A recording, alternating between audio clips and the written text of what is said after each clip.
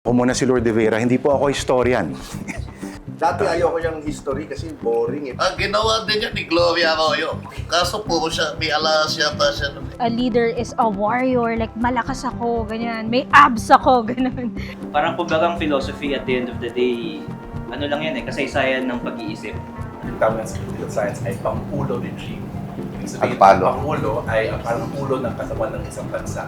Wala tayong kinatatayuan sa retirement sa economy dahil everything was still being controlled by the Americans.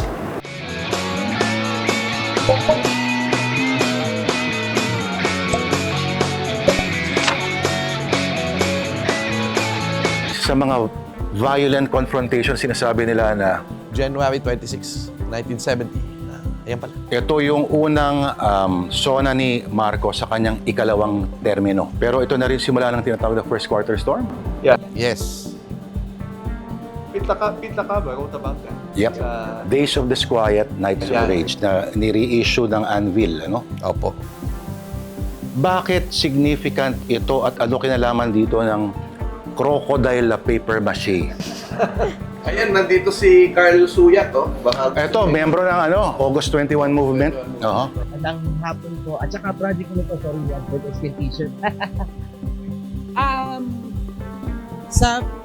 Sa bahagi po namin, dahil yung focus namin historically ay martial law talaga. Very significant tong January 26 confrontation dahil maliban sa ito yung naging simula ng first quarter storm, parang after the incipient resurgency ka nga ng nationalist movement sa Pilipinas from the early 60s, panahon ng second propaganda movement, I think ito yung isa sa pinakamalaki, kundi man at that time na parang explosion nung ganong nationalist ferment.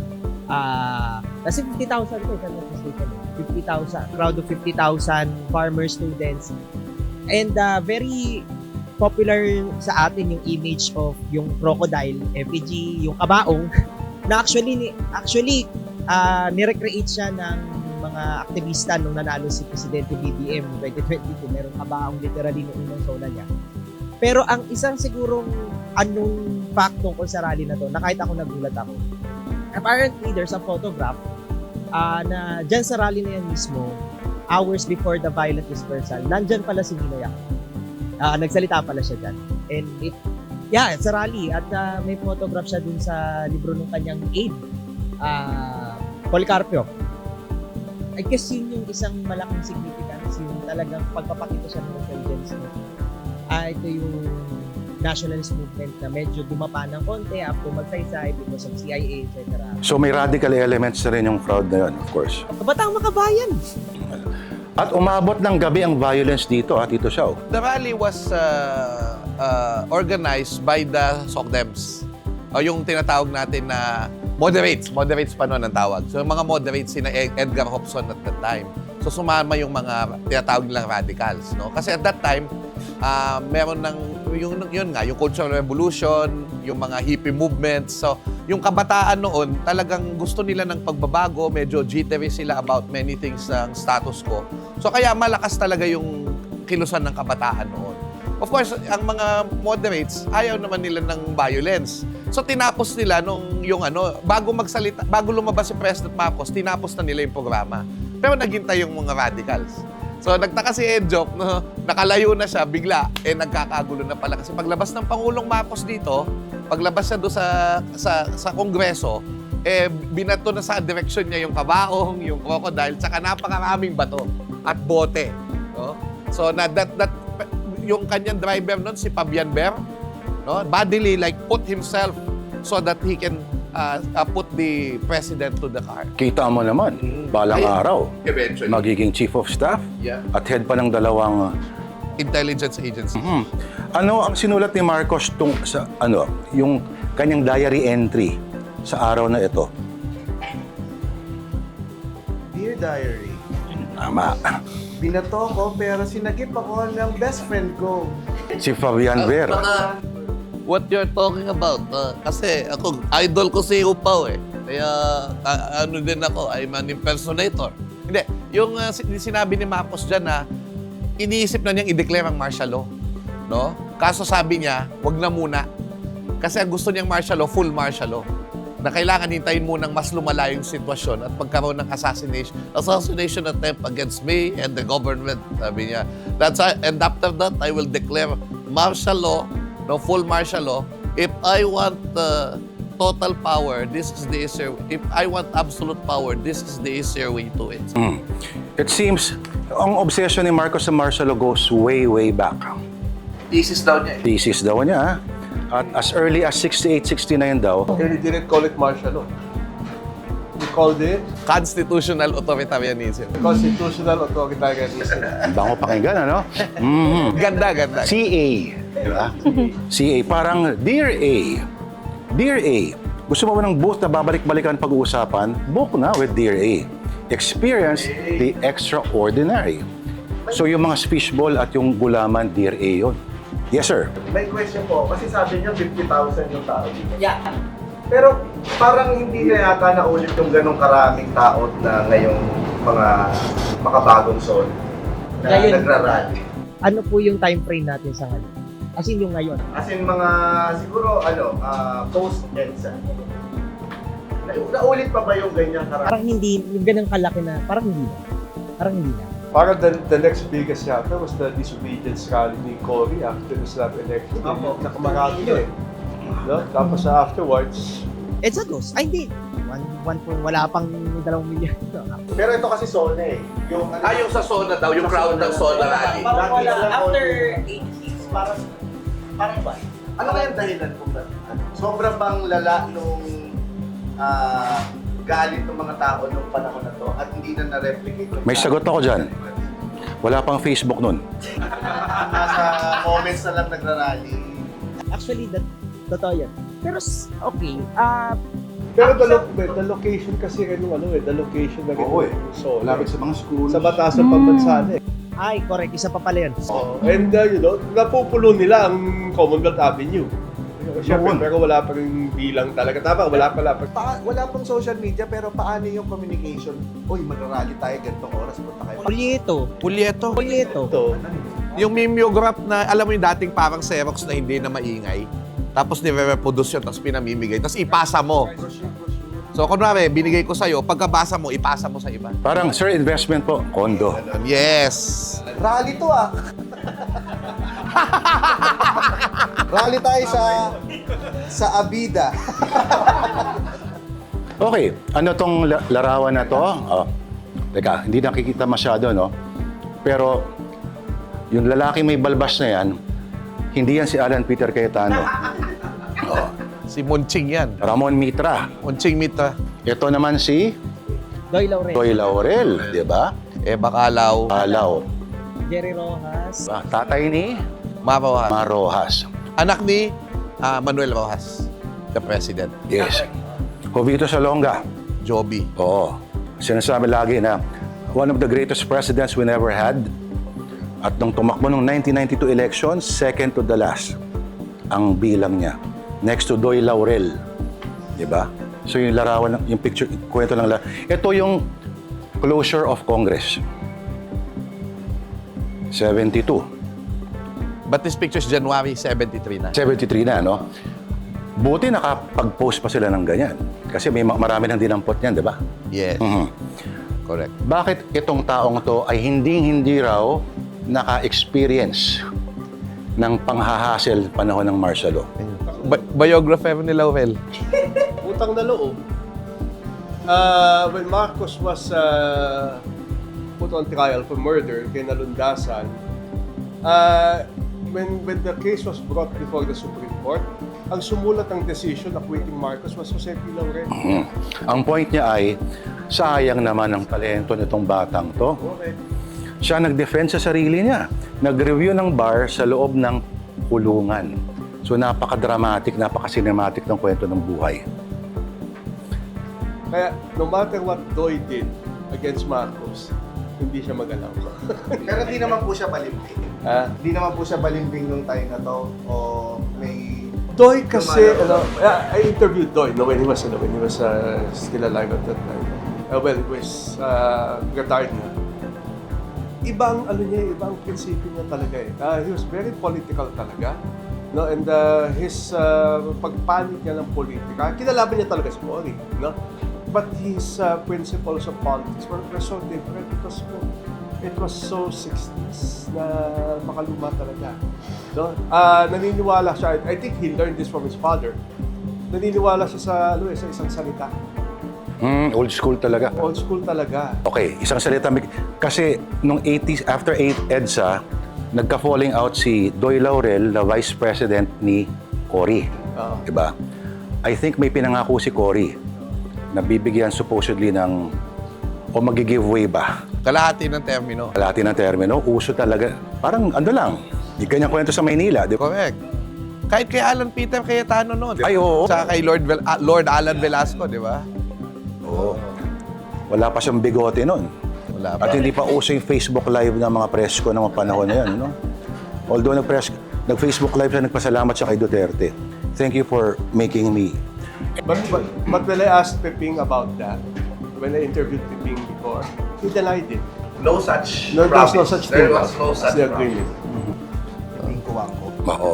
So, akala na yung natuloy yung bangayan ng Vice President at ng Presidente. Dito. Lalong-lalo na dito. At masakit ang mga sinabi ni Doy Laurel. At naniniwala siya na hindi raw mananalo si Cory kung wala ang unido. Kasi si Cory noon wala siyang partido. Wala siyang political party noon eh. Oh.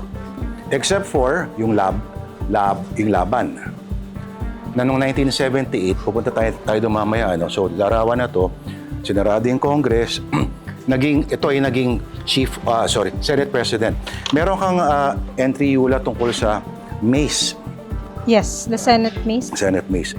Alam mo ba, nagkaroon ng isang nakakahiyang episode sa Senado dati involving the Senate Mace and this person. Naalala mo yun, Vic? Reporter ka na ba nun? Tinakbo.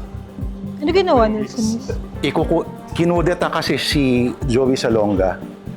Kinudeta siya ng, of course, fellow senators. Ang ipapalit sa kanya si Neftali Gonzales. Alam niya, natalo siya sa botohan. Ang ginawa niya, para hindi magkaroon ng Turnover. tinago niya yung mace. Oo. Nagkahabulan, parang kengkoy talaga yun. Nainulit naman sa House of Representatives ni Panty. Pantaleon Alvarez. Panahon ni Duterte. Pero si Gloria pumalit kay Panty. Correct. Pantaleon Alvarez po siya. Yung anak niya ni Panty, yun ang nagtago pala ng mace. Kasi nagpa-picture rin siya na nandun siya sa office, hawak niya yung mace na gano'n. Yung anak ni Panty. Panty! Whenever you see films of those, kasi nakita mo yung ulo ng mga congressmen na nakatayo. Yung mace talaga makikita mo yung tinatakbo. Oh my. Ba't di nila ginagamit na weapon? Eh, weapon naman ng Senate Mace eh. Yun ang original purpose nun eh. Commons, Mhm. tsaka sa House of Lords sa Britanya, yung meron silang parang pat-pat doon. Ano yun eh? Tsaka yun, pag nagsasalita ka ng yung out of order ka, di ba kukunin yung mace, tatapat sa'yo na gano'n. Oo. Wait, weapon? Pinangahampas yung... Historically, ganun talaga siya. niya. Yun yung purpose niya. Pang sergeant at arms yun eh. Mhm. Pero itatapat sa'yo, parang tumahimik Gagawa ka ng ka. content ah. Nahawak mo yung gaganon. Kasi Bato ang unang tumakbo sa...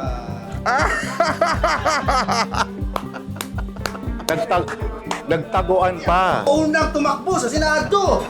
Mayroon pa pala ang ibang mas mukhang tanga. Interpol! Bullshit! In fact, nagkataguan pa ng mga kakampi ni Joey Salong, nagtago sila sa opisina nung para walang quorum, ganun. Pero tinuloy pa rin. Kasi kailangan nila ituloy, budget yung pag-uusapan eh. So may dangal pa yung mga senador nung kahit papano. Diba? Yung sinasabi ni Prof kanina, yung pang-ulo, bigla ka naalala pa rin si Vice President Sara, diba? Gusto niya raw putulin yung ulo ni Bibi. Pangulo yun. Pang-ulo talaga. Teka, inaabot siya yung day, yung Dear A na Dear A, na cheese sticks. May cheese sticks pala. Tsaka po yung kikiam na, ano to? Kwek-kwek. Kwek-kwek. Opo. Additional lang na maikling-maikli. Di ba, ito yung after the declaration of martial law, Marcos was the president, Fernando Lopez was the vice president, na magkapartido sila. Pero remember, nagka-falling out ang Lopez family din and and Marcos because of ABS-CBN. Ginagamit yung mga media properties ng mga Lopezes para banatan si Marcos. Oo. Na eventually, inagaw ng gobyerno para gamitin nila yung mga facilities ng ABS-CBN after nilang isara. Books, ha? Hindi lang, pagkabayo yan. So, ang dala niya, papakain niya sa kabayo. Ganun ba yun? Noong mga panahon pong ito, kinukunan yung picture, ano ang tanggap ng tao sa ganitong klaseng larawan? Ito ba'y mulat na ba yung mga tao na ano na naman to, propaganda? Gimmick na naman to. Derbic. Parang ano talaga sila, nahuhumaling talaga sila. Oh, wow, farmer. Yung mga ano talaga ni Quezon, Juan Martin, tanggap nila yan. No? But yung mga farmers na who are a bit already down na sa kanilang conditions, alam nilang it was gimmick ng... Bakit mo sinasabi, of all the presidents, it was Quezon who knew how to be president? Well, he knew how to be president. Alam niya kasi, alam niya yung perks ng position. Alam niya paano gamitin yung powers. Yeah. I remember meron isang government official na kinausap na, she was talking about GMA. Sabi niya, GMA is a good, president. Leader, But she doesn't know how to be a president. Talaga yung mga sinasabi niyo sa akin? May tanong ako kay RJ. Since mas exceptional lang ngayon ang mga democratic states, nagkakabagong pananaw ba kay Machiavelli? Oh, interesting. Yun yung ipapresent ko na topic actually sa yung PAP na conference next week. Pero kakaiba yung pananaw ko kay Machiavelli kasi misunderstood siya. Yeah. Parang iniisip lagi na siya yung Masamang tao. Masamang tao. Pero si Machiavelli, he believed in the power of the people. Yun yung, dalawa yung libro niya eh. Yung sikat kasi na laging pinagtutuunan ng pansin, yung una, The Prince. Pero meron siya yung discourses. Na Makapal kasi yung discourses eh. Oo. Prince, ganun na. Oo, tapos pwedeng gawing pang self-help yung The Prince eh, na dapat ano ka, ganito ka. Tapos CEO. Pwede kang pang CEO, di ba? Mga Discourses sila Andrew chapters. Tate. Pero alam mo, ang tingin ko, Si Andrew Tate. Bakit kalbo? Oo nga. Mag-shades ka, men. Mag-shades ka. Andrew Tate ang datingan. ang tingin, Mga babae yan. ang tingin ko nga sa The Prince, baka sarcastic siya eh. Ang ano ko dyan, ang interpretation ko sa The Prince, actually maraming nagsabi na neto, so hindi lang personal. Ano yun eh, real experience niya na natatakot siya sa mangyayari sa Florence. So parang sinabi niya, kailangan natin ng malakas strongman pero para hindi maging mabulok yung sistema. Ngayon, pag tapos na yung nakuha na ng strongman yung tao, dapat ang susunod dyan, republic na, kumbaga na yung mga tao na yung magde-decide. Step by the step para sumakses. Pag gano'n na gano'n. May interesting paper. Si Professor Rizalino, nakalimutan ko yung last name niya. No? Kasi yun yung binabasa ko ngayon. Sabi niya yung parang, I think yung dito, yung irony nun. Kapag nakuha na ng prince yung tiwala ng tao, yung strongman, ang susunod dun dapat revolution na tatanggalin na yung strongman. Kasi parang irony na democracy ka, pero may strongman ka. So dapat yun yung... In a way, I think, nangyari yun sa South Korea. Opinion ko lang. Nung panahon, The president po kinulong. si Park Chung-hee, yung kasabayan ni Marcos. Kasi ganun din siya. Strongman. Na idol ni Ninoy, ah. Hindi ba siya magiging cycle lang? Kasi kung titingnan ko yung itsura ng Pilipinas, nag-strongman tayo kay Marcos, biglang naging democracy, Cory, FDR, era, tapos biglang parang kaya nagkaroon ng Duterte, napagod yung mga tao sa democracy. Dahil ng Ulit ng strongman, hindi ba cycle lang ang lahat ng ganito? Hindi talaga magiging democracy all through. Mapapagod din ang tao sa democracy. Maganda yan, no? Kasi may yung anacyclosis yung term na yun. Mga Greco pa na nag-isip nun. Cycle lang daw yung political history na magsisimula sa anarchy, tapos magkakaroon ng dictator, tapos magkakaroon ng aristocracy na magiging oligarchy, na magiging Nakalimutan ko na yung susunod pero democracy na ata. Until maumpisa ulit sa yun kaya sila naniniwala sa Republic. Na yun yung sagot daw ng mga Romans dati, mga ancient Romans, na yung anacyclosis na yun, Republic dapat ang solusyon doon. Which is basically, to summarize it very simply, parang may check and balance. Ito tayo, Republic tayo dapat, pero parang ano lang. Until the barbarians stormed the gates. May, to support him, may historical philosophy ako na natutuhan ko sa meme. Na pinaniniwalaan ko talaga ngayon ng todo-todo. Ito ba yung Spider-Man meme? Hindi naman. Hindi. So, sabi niya, yung mga, bad times and bad leaders will produce people who will love their freedom. So, they will produce strong people who love freedom. And eventually, pagdating ng panahon, they are going to topple the dictatorship or the bad leader. And then after that, there will be a period of peace, of harmony. And then eventually, this time of peace and harmony will produce weak people who will eventually say, we want again a strong man, and so there will be bad men again. And then after the bad men, there will be... Kasi sabi nila, you cannot love freedom if you did not lose it. So yan ang nangyayari sa maraming... Kasi hindi lang naman yan dito sa Philippines. It's a worldwide trend. Yung trend na parang mas gusto natin ng mga fascist leaders. Gano'n. Si Trump pa lang. Marx, pasok. Marxist na pananaw. Siguro ang isa rin magandang sagot ko sa tanong ninyo, no? I hope we don't forget na kasi madalas ang reference natin ngayon sa strongman or sa quote-unquote fascist figure ay Duterte. Duterte was a product of the post-EDSA Republic.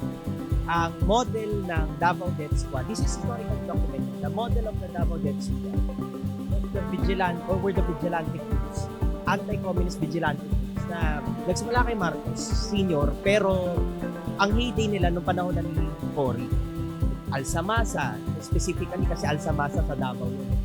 And actually, some of the former Alsamasa members, kung hindi ako nagkakamali, I think I got this from Sheila Coronel dun sa chapter niya sa isang libro na Tuleo Press. Some former Alsamasa members eventually became one of the first or original members of the Davao Death. Hindi ka gulat-gulat yan. One of them tumakas sa Senado. Halaga! Kasi si... Paramilitary groups dati ang Correct. at mga anti-communist talaga ang nila. idea. Anti-communist talaga. Yung ibang talaga... Yari ka!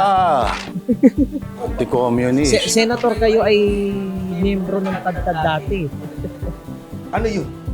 Isa siyang paramilitary group based in Mindanao. Baka kamukha niya lang yon si Manero. Naku, wala akong kinalaman dyan. Yun po, so tingin ko isang magandang point of introspection yun na si Duterte mismo ay produkto ng complications and failures ng so-called EDSA Republic. This was, I think, the argument made by Walden Villa as early as 2016.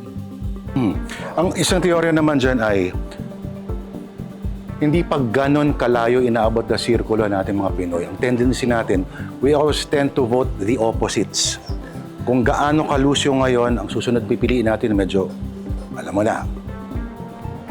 Saka malaki pa rin yung oligarchy. I think oligarchy. Kaya dun sa teorya na yun, dun sa cycle, important yung aristocracy, oligarchy na sometimes inisip ko baka nandun pa nga lang tayo eh. Wala pa talaga tayo dun sa strongman na yun. And I think it's also how we look at politicians rin kasi. I remember nung when ABS-CBN has 50th anniversary, in-interview si Turing, Tolentino. And Tolentino said that one of the things that is quite regrettable daw about politicians today is yung lumilipat ng partido. No? And nung panahon daw nila, of course, that he was referring to the panahon ng 56. May naglilipatan din naman ang panahon niya. Pero hindi daw ginagalang yung politiko. Pag lumipat. Dahil turncoat talaga. Eh bakit si Marcos nanalo pa? Ha? Di ba? Tumalon si Marcos. Magsaysay. Magsaysay, oo. May naririnig ba tayong turncoatism allegation hanggang sa magsaysay? Wala. But in a sense, I think it became quite rampant na talaga nung well, it was Ramos who started it. Nung hindi siya kinuha, Tapos Nagtayo siya ng sariling party. Really party. Yun ang mas... Manny Pacquiao was transferred at least what? 7 times? 8 times? Ang dami nung belt niya. It's like exchanging his championship.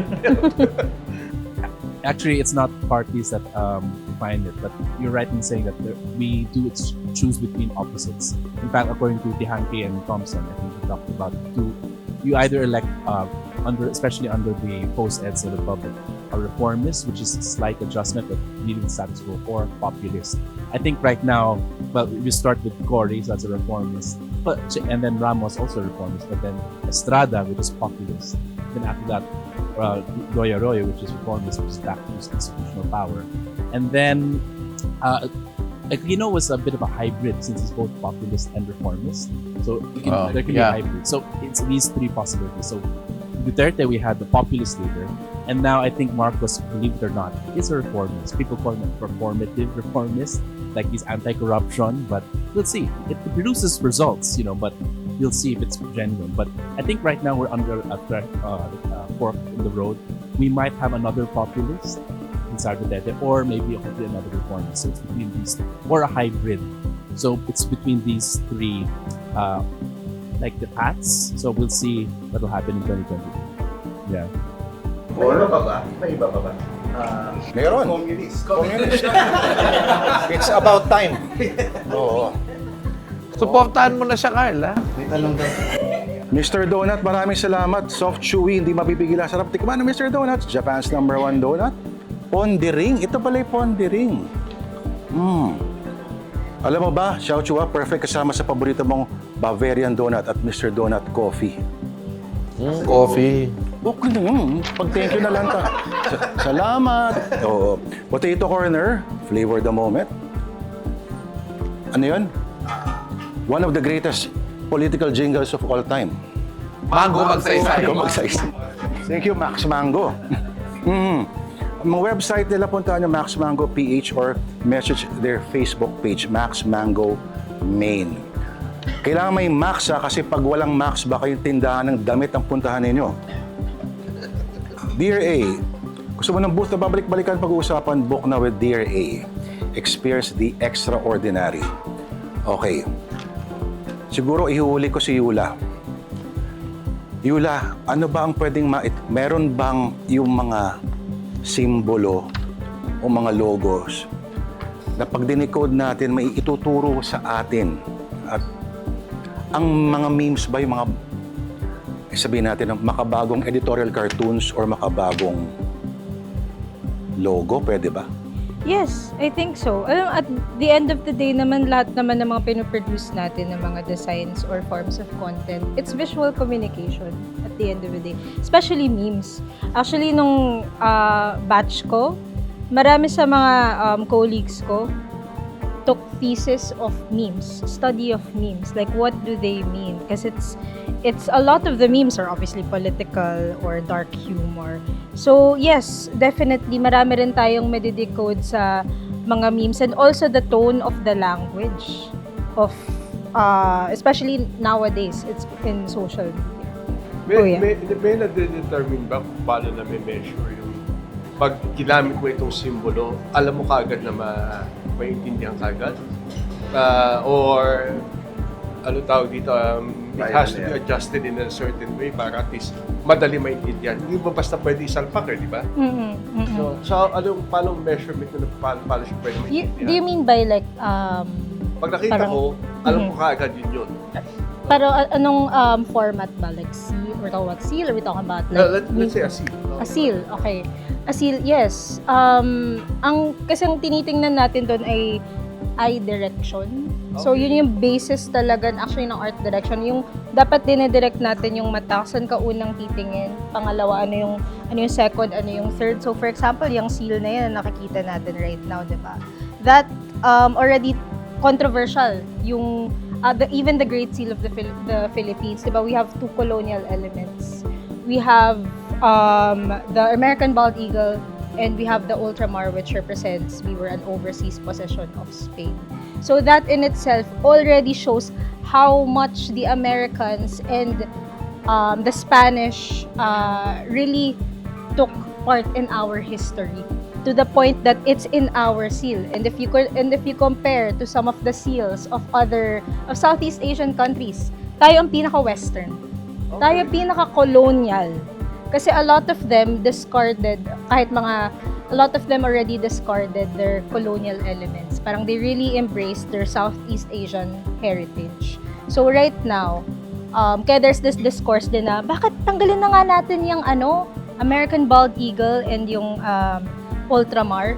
Pero that would mean a national referendum. Kailangan. Kasi it's in the Constitution pala. Yes. Actually, tinanggal. Mahirap siya. FAR yata.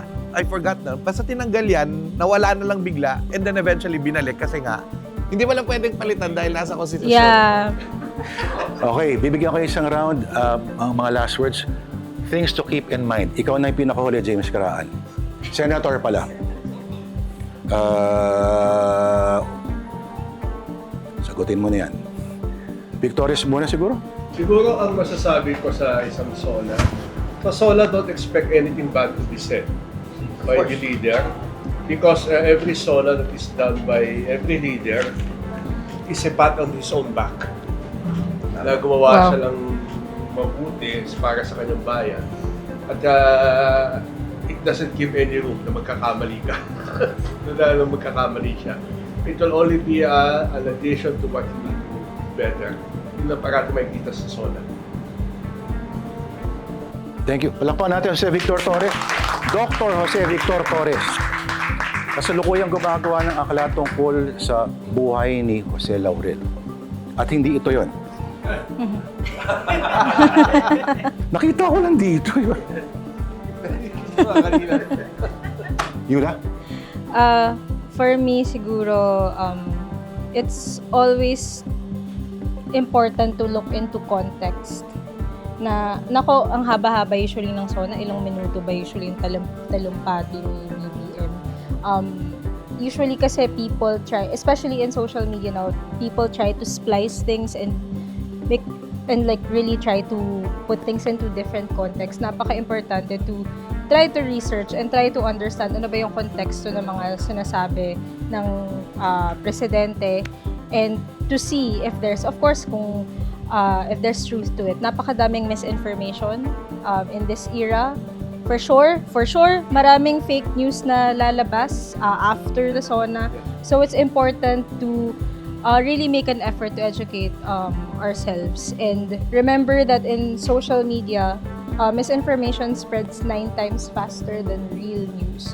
So kailangan ikaw, isipin mo rin sa sarili mo, when you watch a piece of content or kahit snippet of what the SONA is talking about, wait, ano ba yung intention nitong piece of content na to? Ano yung mensahe na tinatry niyang sabihin, this piece of content?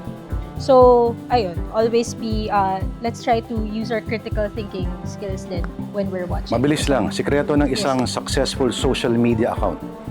My God, for me, just start. Just start. You don't need fancy equipment, you don't need fancy lighting, just start. And at the end of the day, kailangan, we should always strive to give value to the people who watches us. It's not just about entertainment, it's about giving value. Thank you, Yularo. RJ? Akin para agree ako kay Prof. Vic na maraming lies, maraming overly optimistic stuff, no? So I think the importance of SONA is more of its historical significance rather than its political. Ano ibig sabihin no? Siguro ang pinaka-favorite ko sa history subjects, no, is it's a process of interpretation na yung kunwari, may experience natin ng SONA next year. Ibang experience yun sa SONA this year and yung mga nakaraang taon. Kaya tuwing nagkakaroon ng SONA yung Pangulo, ang siguro payo ko na lang sa lahat siguro, no, na yung sinasabi ng Pangulo na yun, gawin nating bagong experience at i-connect natin yun sa experience natin sa nakaraan. Na kung may sinabi tungkol sa flood control or may sasabihin sa flood control si BBM sa this year SONA, ano ba yung naranasan natin nung nakaraan? No, yung galit noon. Ano na yung galit ngayon? No, at gumagawa tayo basically ng parang circle of interpretation nun na kada may bago tayong nararanasan, lagi tayong bumabalik sa dati nating karanasan. I guess an easy way to say it, no, may naalala akong sinabi ng prof ko dati. Meron kasing kaklase kami, sabi, "Prof, ayoko nang manood na itong movie assignment mo." Sabi niya, "Bakit?" "Kasi napanood ko na eh. Uwi na lang ako, hindi na ako magkaklase." Ang ganda ng sagot ng professor ko. Sabi niya, yung experience mo na panoorin yan sa classroom na to, kasama ako, kasama ng iba't ibang classmates mo, bagong experience yan. And para sa akin, ganun din yung SONA. Lagi Nice. tayong SONA every year, pero iba lagi yung konteksto. Kasi Yes. iba-iba yung experiences natin. Individually, no? And as a nation, of course. Alright. Thank you, RJ. RJ Sotelo, Tito Xiao. Susuportahan ko yung sinabi niya by saying that the State of the Nation address, whether you are a pro-BBM or anti-BBM, is the time, and in any presidency, is a time when we can go together and reflect together. What have we become? Diba? So, ang lagi ko ang sinasabi dyan, the SONA is nasa libro ko yan, na Buhay at Banyuhay. The SONA is kung ang nation ay isang relihiyon, ang SONA, yan yung misa. No? And the president is the high priest of the nation. So whether we like him or not, that is the time when all of us are listening. And dahil suot ko si Mabini, gusto kong basahin yung quote from him. Nasabi niya, ang Senado, so siguro pati na rin, ang buong Kongreso na rin, ay lubos na kagalang-galang na kinaroroonan ng mga taong lalong hirang dahil sa kausayan sa ugali. Kaya walang makakakiat dito, kundi yung mga piling mamamayan na nagpakita ng di karaniwang talas ng isip at kasipagan. So kailan mag-reflect din tayo? Kasi the President is reporting to Congress who are our representatives. So ito ba yung mga klase ng tao na gusto ni Mabini? Yun ang ating kailangang tingnan. May sinuportahan siyang presidente na parang kandilang natutunaw. Pero inontra din niya pagkatapos. Okay, Tito Xiao. Bago ikaw, James Karaan. Siyempre, kailangan natin pasalamatan. Mr. Donut. Soft, chewy, hindi mapipigilang sarap tikman ng Mr. Donut sa Japan's number. Thank you, Mr. Donut Pondering. Sarap ng kasabay niya, no? Kape-kape. Okay. Thank you, Mr. Donut. Potato Corner. Ang Potato Corner hanggang sa Bangkok, pinipilahan. Would you believe? Potato Corner, thank you po. Max Mango, perfect thirst quencher. Okay. Speaker of the House, nagsa-standing ovation pa. 2005 ba to? The shortest SONA? Kasi kung 2005 yan, nag-away na sila ni parang nag-Hyatt 10 na yata niya, if I'm not mistaken. So kaya si Drilon hindi nag-standing ovation. Nakatuyo si Gloria niyan, ha? Easy! Napawigil. Puso mo, tol. Thank you, Max Mango. Sarap nung talagang thirst quencher. At mango magsaysay. Hayop ka, James ka. Pag nakakita ko yung mangga ngayon, tuloy Mango magsaysay. Sino nang compose noon? Trivia. Si Roll Manglapus. Yes, Roll Manglapus. Siyempre, pinakauli sa lahat. But, Dear A, gusto mo ng booth, babalik-balikan, pag-uusapan? Book na with Dear A. Ano kaya yung A? Maraming salamat sa sponsors po natin. Thank you po. At salamat sa lahat tumutok, sa mga nag-arrange, sa mga taga-Signal Marketing. Thank you po sa inyo. Thank you rin po sa mga crew natin sa TV5, sa One News. Thank you, Agatha. Thank you sa kinatawan ng August 21 movement. At ng Project Gunita. Project Gunita. At ng mga Marxista. Nahanay ko na si Robin. Siyempre.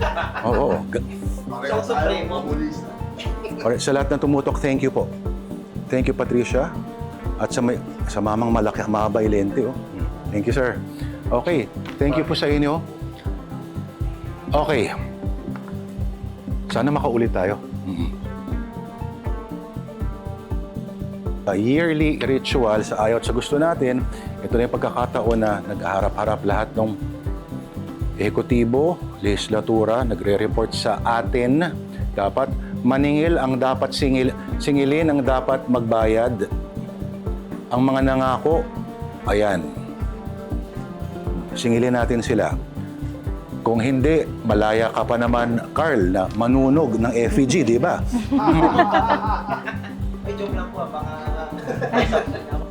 Grave threat. Grave threat.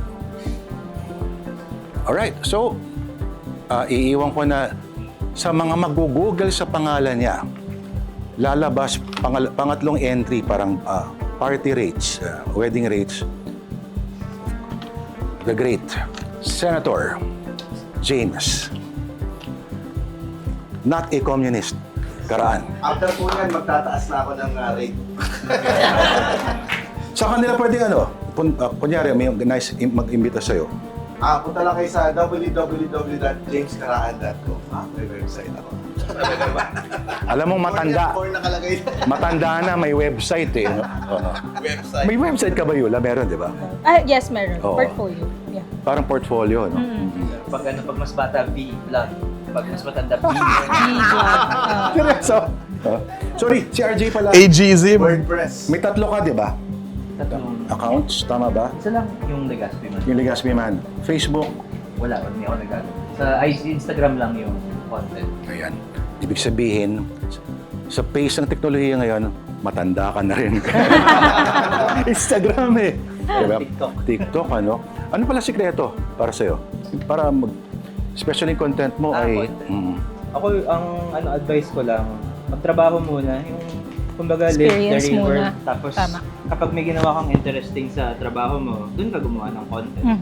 I think parehas kami kaming lahat basically, lahat nagtrabaho muna. Kasi, I guess yung sakit ng mga ibang kabataan ngayon, diretso Content social media. creation. Yeah. Pero wala pang Totoo ba yun? value. Ang sakit ng kabataan ngayon ay social media. Yes, totoo yan. At yan din ang solusyon. Yan din ang gamot. Parang alcohol, di ba? Oh, sinabi ni Homer Mag-social media ka Simpson. nang mag-social media hanggang manawa ka. Tapos, titigan ka rin. Yan ang akala mo. Alright, James Karaan, anong... Nakaka-pressure kasi ako yung... Talaga? Pero ako sa akin, huwag na kayong pumasa kasi wala na akong pag-asa eh. Para sa akin, ang Sona, entertainment na lang ito. Bukod sa fashion show siya, entertainment na lang. Kasi hindi ko lang alam, Sir Xiao tsaka Sir Vic, kung ito ba ang kauna-unahang pagkakataon na very unique ang Sona kasi nasa gitna siya ng isang impeachment trial. Ay, oo nga. Yeah. Diba? That's true. Actually. So kung ano ang mga mangyayari, gusto kong abangan kung ano yung mga sasabihin. Galing. Galing doon sa impeachment trial, kung magsasalita ba siya About it. doon. Oo nga. Kasi importante rin malaman kung ano yung magiging pasaring niya. Doon ako excited. Sabi sa'yo, entertainment na to. Kasi ang Sona para sa akin ay Oscars ng mga pangit. Oh my God! May punto siya, di ba? Politics is showbiz for ugly people, sabi nila. May isang ganong quote eh. Bigla ako napaisip tuloy. So, hindi Sona ang Sona para sa'yo, kundi sana. Sana. Oscars lang yan. Lahat ng mga sasabihin doon, sabi nga ni Sir Vic, magaganda yan. Pero, ang totoong basihan talaga ng Sona ay kung guminhawa ba tayo. Kung mura na ba ang sigil ng kuryente, o tumataas pa rin, may nakakain ba tayo araw-araw, kaya na ba natin mag-steak? Kung hindi pa, walang kwenta ang Sona na ito. Yun na yun. James Karaan, palakpakan po natin. Thank you, thank you. Jose Victor Torres. Pwede ba tayo hindi mag-thank you sa TikTok? Uy, TikTok! TikTok, Philip. Thank you po. Mag-TikTok na kayo. Ako, magti-TikTok na ako mula ngayon eh. Thank you TikTok. At ang TikTok normally, may yung mga topic na... Pero thank you, na-appreciate din yung topic natin. Oo nga, tama. Normally, mga news-based na medyo... Pero Tagilid, sabihin na natin. Tagilid. Tagilid. Pero dahil kay James Karaan, Umayan. Hindi tayo sinesensor ng TikTok. Hindi nga. Live tayo eh. Live. kaya nga, kahit sabihin kong, thank you, Max Mango at Potato Corner, at Mr. Donut, at Dear A. Tama ba? Tama. Okay. So, may regalo ko sa inyo mamaya, pero hindi pwede ipakita sa TikTok. Dahil ito ay sabihin na natin na subversibong mga dokumento mula sa nakaraan. Paano ba tayo mag-end dito? Ano na masasabi mo tungkol sa Son? Ayan, ikaw na lang. Ikaw. Overtime na tayo? Thank you.